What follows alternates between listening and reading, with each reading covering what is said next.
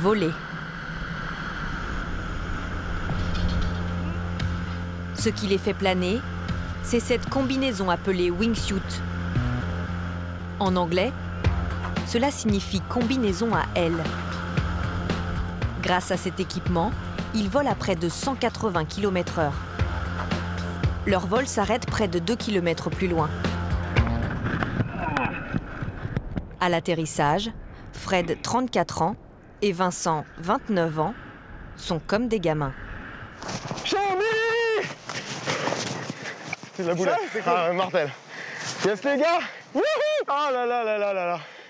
Putain, mais faut le refaire ça, mon gars, c'était de la boulette. T'as vu, c'est descendu progressif, là, on était sur un rail, là, je t'entendais. Ah mais c'était nickel, et moi je me suis rapproché tout doucement pendant la pause, j'étais pas loin, et puis on a fait toute la ressource à deux. Il y a une grosse partie de plaisir. Mais c'est hyper intense, ça, c'est le fait d'être en chute, de planer comme ça au-dessus de la montagne, de suivre avec les potes. Et puis quand le show se passe super bien, qu'on ouvre, à la fin, là, c'est la grosse explosion de joie dès qu'on est au sol, là, c'est... Fred et Vincent ont plus de 3000 sauts à leur actif en wingsuit. Et ce sont des perfectionnistes. Je vais mettre la caméra derrière pour voir. Avec ces petites caméras embarquées, ils analysent leur performance à chaque fois. Oh, c'est fat. Là, je me rapproche. Eux aussi aiment s'amuser à frôler les rochers. C'est bon, hein, c'est long quand même. Hein. Cette fois-ci, ils ont plané à seulement 3 mètres du sol.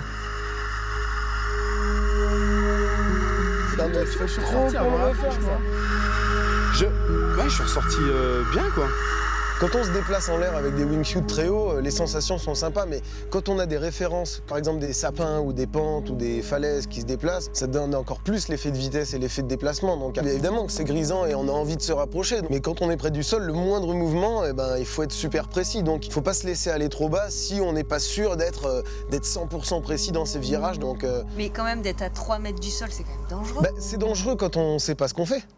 Mais je veux dire, c'est comme si vous dites à un pilote de Formule 1, t'es à 250 dans le virage, c'est dangereux.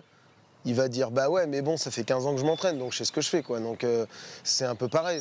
Avant d'arriver à ça, il y a quand même un gros travail de préparation. Et pour éviter les accidents, il doit s'entraîner sans arrêt. Tiens, Florence, tu passes derrière. Contrairement à beaucoup de mères, Josette n'a pas peur de voir son fils prendre des risques. Elle est même sa première fan. Moi, mais mon fils me demande de l'accompagner, je l'accompagne. Moi, à n'importe quelle heure, il me demande, je viens. C'est elle et son mari, tous deux parachutistes confirmés, qui lui ont transmis le virus. Sitôt sa naissance, on est parti sur les terrains.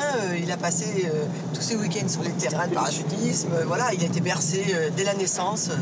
Il est tombé dedans comme Obélix.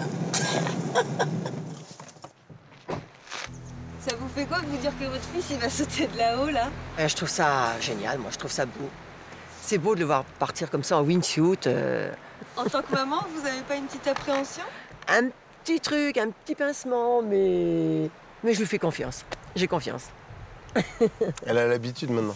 Le plaisir dépasse l'anxiété. Bon allez, on y va là, faut pas traîner parce que je sens qu'il faut pas traîner. Ça peut évoluer donc. En plus. Accompagné de sa sœur, Fred presse le pas. Il a peur que la météo change rapidement. Ça monte un peu raide. Après 1 heure de marche, Ça c'est le point de départ. il appelle sa mère 900 mètres plus bas pour vérifier qu'il peut sauter en toute sécurité. Ouais, c'est moi. Il y a du vent ou pas en bas? Oui, mais il vient de derrière, donc ça c'est pas un souci. Mais en bas, tu sens rien, quoi. Ouais, bah c'est bien ce que je pensais. Ok, bah nickel. Une petite photo, mon frère. Une dernière photo pour l'album de famille avant de s'élancer. Une fois qu'on arrive au bord et qu'on voit que ça le fait, bon bah là, j'ai hâte d'y aller. J'ai envie de voler. Là, je suis excité, je suis un peu impatient. Allez, c'est parti. 1, 2, 1.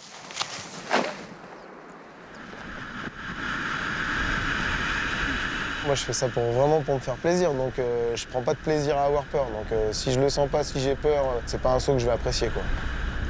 En un mot, c'est kiffer. C'est une drogue dure. Ils sont près de 10 000 dans le monde et seulement 300 en France à être accros à ce sport. Une pratique qui fait rêver, mais réservée à une élite.